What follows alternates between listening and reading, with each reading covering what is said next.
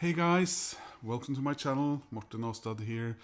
This video is an entry into MGK Boston's Mike competition. His competition is a drive to get him to 1 million subscribers. Now, Mike's competition rules or whatever, what you have to do is you have to mention three songs that you think are pertinent, good, fine, or whatever for a wedding. Now, disclaimer: I was not really gonna do this video because weddings is a sore point for me, and also because I'm in Denmark. I don't really have my proper record collection here. But the thing is, I've never been in a relationship of any sorts really. I've been in love, but and I've only ever been to one wedding, I think. One wedding, a friend of mine at work. And that wasn't even a church wedding. That was one of the Humane Society or whatever, the Humanetiker. I don't know what that's in English. Funny enough, I was actually confirmed by them because my mother insisted I have a confirmation, which is a bit ironic, because she's the one who also didn't get me baptized because both my brothers wanted to disavow their baptism or whatever you call it and get out of the Norwegian church, and she didn't want to go through that with me, which is a good thing, because if anyone puts any sort of sacrificial water on my head, I'll burst into flames. Anyway, many years ago I met a girl online. I'd done that before and traveled to meet one or two of them, and things didn't work out. They get to see this in real life, and that's all she wrote. Anyway, she was wonderful. She was a year or two older than me, which doesn't matter when you're the age we were at the time. She had a young son, and best of all, she was blonde and short and petite, and because I am, of course, of the generation that has been damaged for life by Kylie Minogue, because of course I think that I'm going to get Kylie Minogue or someone that looks exactly like her, because she's perfect, and why shouldn't I get perfect? And she's Australian, and she was Australian, everything, all right, okay, and originally Welsh. Anyway, the girl that I met online, she was Australian, a bit of a family from New Zealand as well. And we talked about Australian things, and she was, of course, enamored by the fact that I loved Australian music, knew a lot about Australia, had a fairly good grip on the English language, and so on. And it was wonderful, and we sent letters, actual letters. And then she broke it off, and I spent the money that I had saved up to go to Australia to go to the States instead. I went to Oregon and to Washington for various reasons. So anyway, she got back in touch with me, and did I want to see if we could make it work. So she came to me in Denmark, because I was living in Denmark at the time, and I went to Copenhagen, picked her and her son up, and we traveled up here to Skagen, spent a couple of days in Copenhagen first, of course, and I was so in love.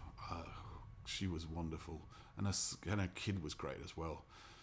And I thought things were going really well, and she had to go home, and everything seemed to be all right. And then she told me that she wanted me to come to Australia and see how things would work out. And I went there, and I'm going to stay. I think the plan was I'm going to stay for 2 months. I did not have to go through an interview at the airport with cameras and be on television. So I met her, and I was feeling something was not a bit off but 2 months had passed. It couldn't have been good. And for 3 or 4 days seemed like, everything was back to how it had been in Denmark. And then on day 4 of my stay, she dumped me. She broke it off. And I was, but you could still stay with me and go and look at Australia. And I'm not blaming Australia. I love Australia to this day. I still order Vegemite at terrible prices. Anyway, I think I spent $600 or something to change my ticket to go home earlier. But I was there for about a month. But what we had been talking about, if we were ever going to get married, she talked about a place which is roughly midway between Sydney and Brisbane, or Newcastle and Brisbane, probably more midway between anyway. There's a place called Coffs Harbour. Insanely long beach. Known for the big banana. Australians have these roadside attractions that are either big animals or big pieces of fruits or whatever. And we talked about, we would get married on the beach, and music we both loved would be playing. And I don't remember exactly the songs we were agreeing on.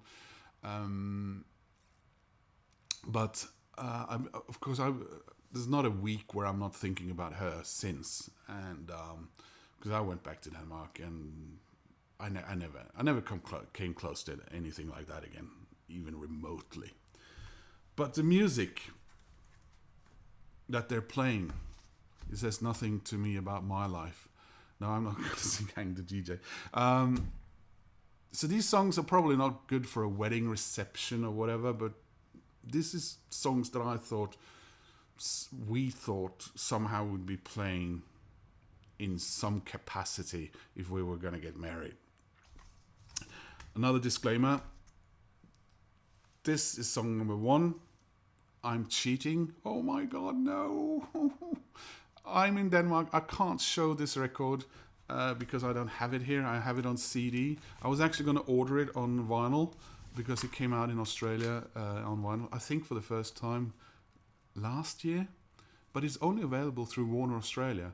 And with shipping and the customs I have to pay to get that thing through here, that's quite expensive. But anyway, it's Leonardo's Bride. And the song is Even When I'm Sleeping. It came out in 1997.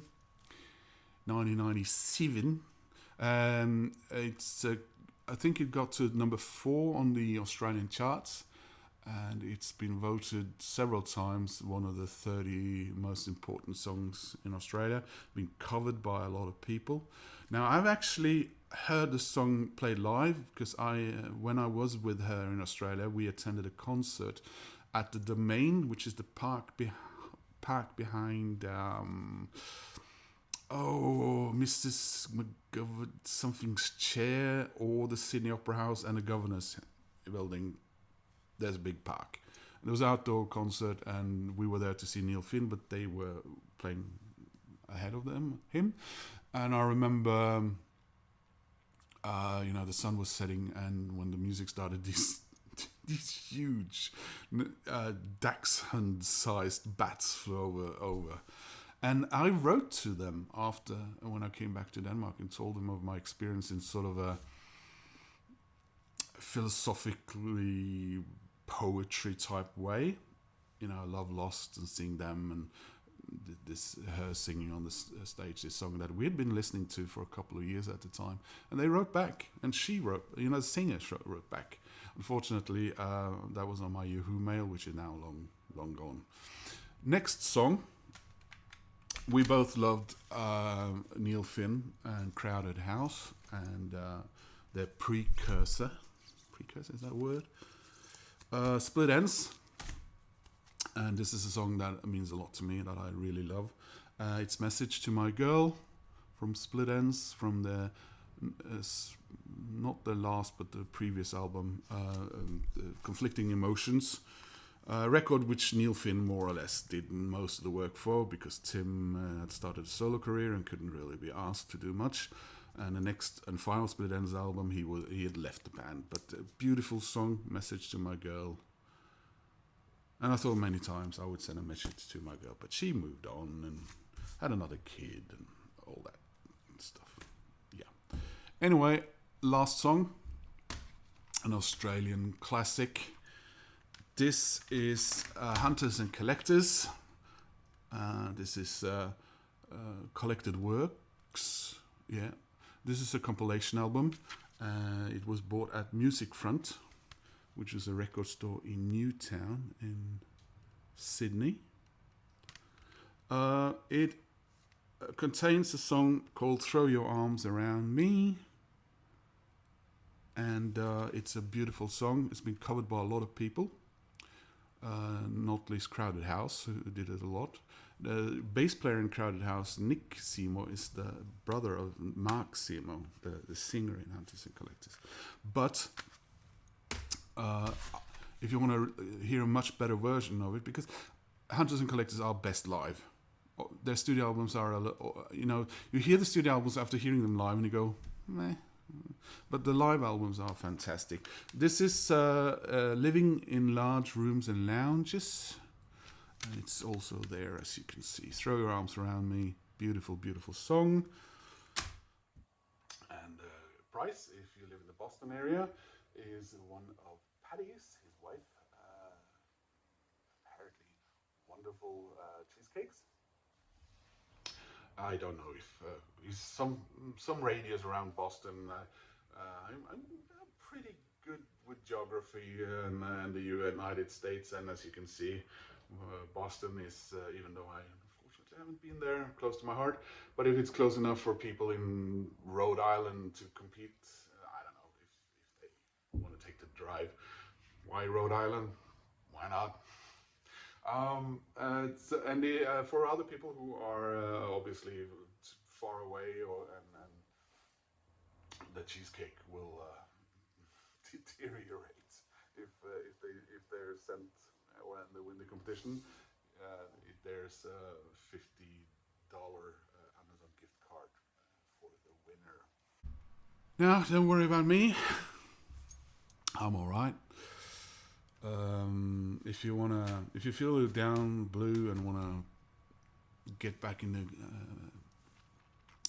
better mood after thinking about love, lost, and all things that, but still want to do it in an Australian way, I can only recommend that you watch The Castle. They want to extend the airport, but the Carrigans, they won't build up. It's Michael Caton, a wonderful Australian actor, and as his wife, Anne Tenney. If you've ever seen an Australian soap called A Country Practice, I think it was, it takes place in rural Australia, and it's about vets and doctors and a male nurse who's got a wonderful, beautiful wife, but also a wonderful wombat, my favorite animal in the world after a box of dogs, called Fatso. I know there's at least one person in the vinyl community goes, Struth, he knows a lot about Australia. But yeah, watch The Castle. I can't watch it on this because I don't dare use my VHS player because last time I did it, it destroyed one of my tapes, and but you can find it. You can find it on YouTube. Anyway, guys, please head over to Mike, MGK Boston. Subscribe if you haven't already. If you haven't already subscribed to it, what's wrong with you? And say hi from me. And have a great weekend. And take care, guys. See you later.